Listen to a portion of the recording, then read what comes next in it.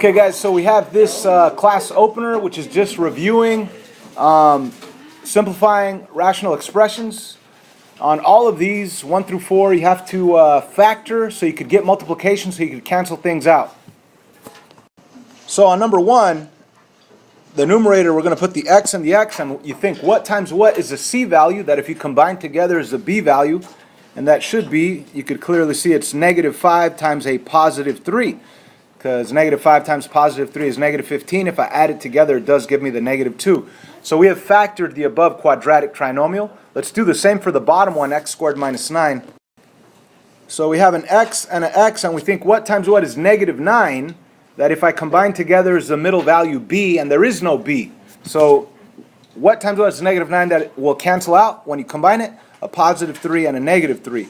Positive 3 and a negative 3.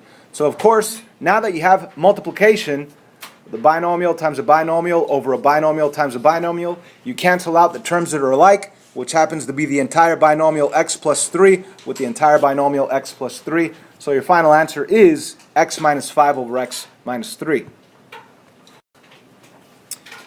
Let's move on to number 2. Choose a division problem, and we know that when we have division, you simply change it to multiplication, but you flip the second fraction. We also know that we don't mess with the first fraction, so I'm just going to rewrite this first fraction down here. And then of course, we're going to change this to multiplication and flip this one. So let me put the multiplication right here. Let me flip this fraction over here. X to the 4th z was on the bottom, now it's on top. 10xy was on top, now it's going to be on the bottom. And of course, because it's multiplication, we could simply start canceling what we see on top and bottom. So for example, I know I have x's on top and x's on the bottom. So I have 2 x's on the bottom, and right here I have 2 x's. So I could just cancel out this x squared with this x and with this x. Okay? Which means that we still have x to the 4th left over up on top. But let's see what else we could cancel out. We have y's on top and bottom. We have 1y down here and 2y's up here. So 1 will completely cancel out with one of these two. So you only have 1 left up on top. And we also have z's. So how many z's do we have up on top? We have 1 z here and 1 z there. That's a total of 2 z's. But there's 3 of them on the bottom. So these 2 z's will cancel out with 2 of these, which means you're going to have 1 z left over on the bottom.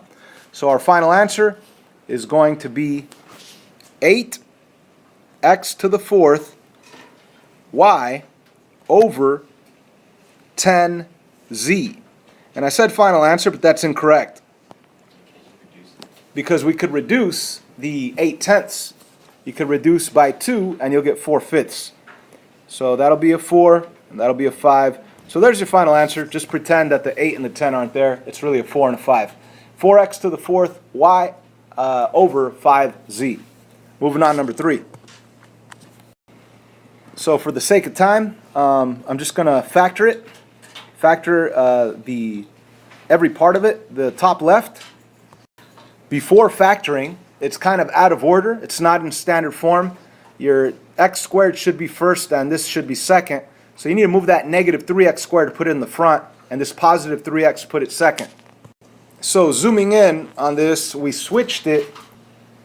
So now that it's in order, we factor out the GCF. So what's a GCF? Anybody? It'd be good to pull out a negative 3x. If we did pull out a negative 3x, what would we have left? X minus 1. Okay, so let's get this straight, guys. We took this original one, we switched it, and then we pulled out the GCF. So we don't need to worry about this or this. We have this up on top, really. Okay, and it is factored. So let's move on and factor out everything else. The bottom one's easy to factor. Let me just do it right here in parentheses. What times what is the c value that if I add together is the b value? What times what is negative 5 that if I add together is positive 4? A negative 1 and a positive 5. Right? Negative 1 times positive 5, that's negative 5. If I add it together, it is positive 4. So that one's factored. And the top right, let's factor that one. What times what is negative 20 that if I combine together is positive 1?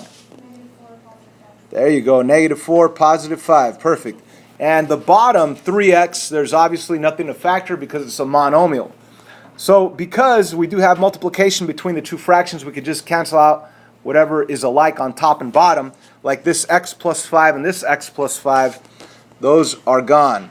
By the way, we already rewrote that, so we don't need to keep it there. What else is left over, or what else is alike on top and bottom?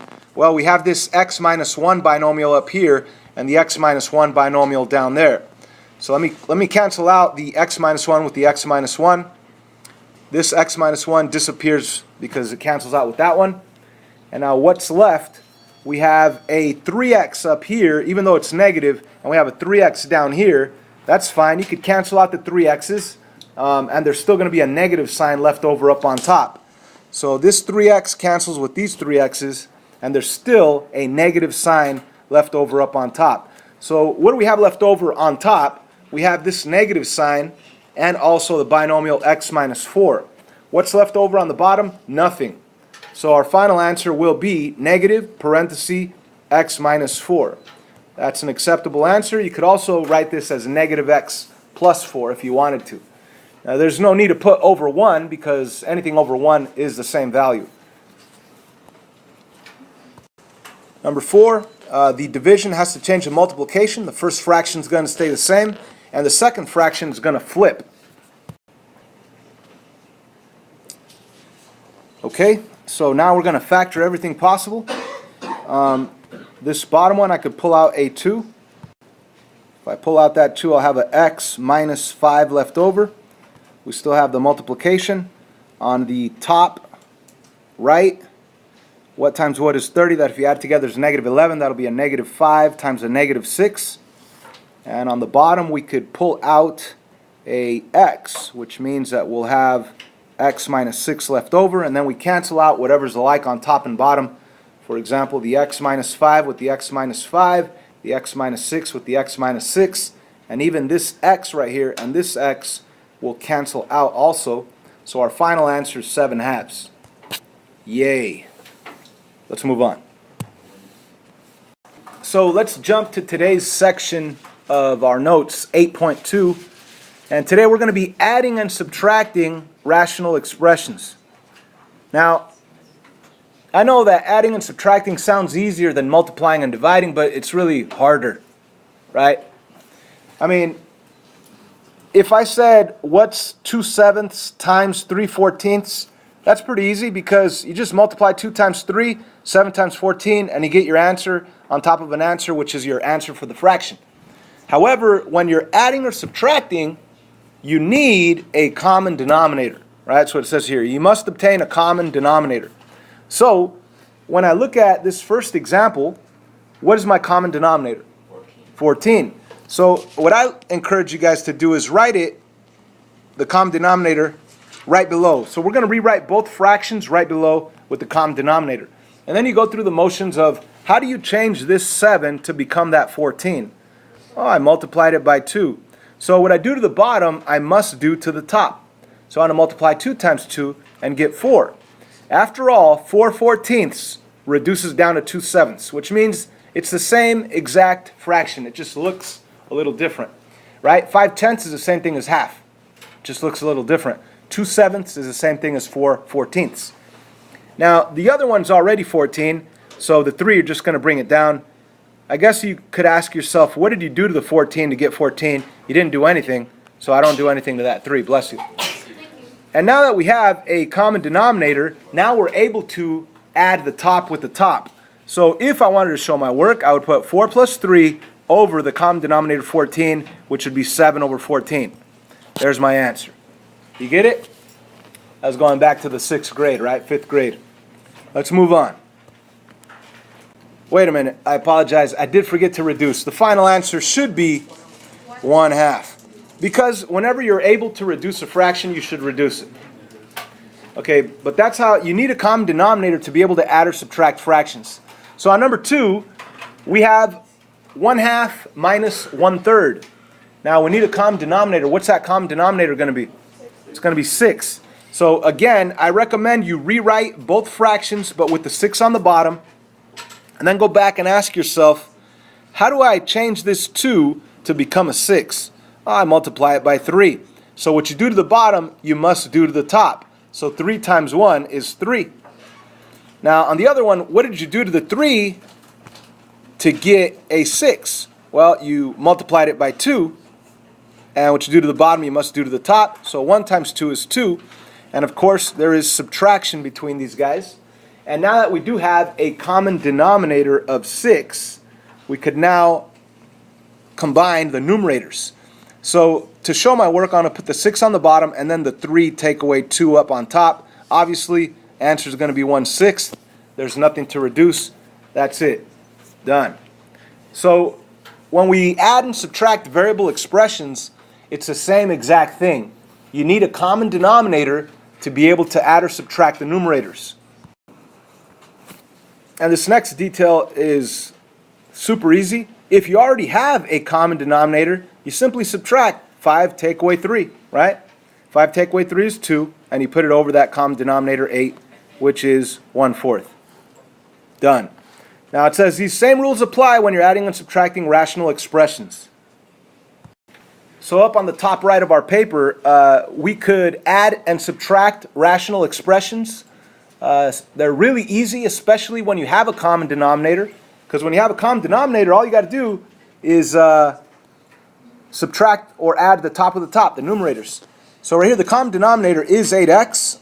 So that's going to be the denominator of our answer. And all we need to do now is 4 take away 5. If you wanted to show your work, you could write that, 4 take away 5. But the final answer is going to be -1 over 8x. So -1 over 8x is the final answer for number 1. Super easy because you have a common denominator. So check out number 2. Do we have a common denominator? Yes. All these 3 have common denominators. So what's the answer to this guy going to be? What's the answer going to be to number 2? There you go. X plus 2. You can't really say 2x because you cannot add 2 plus x. Remember, they're not like terms.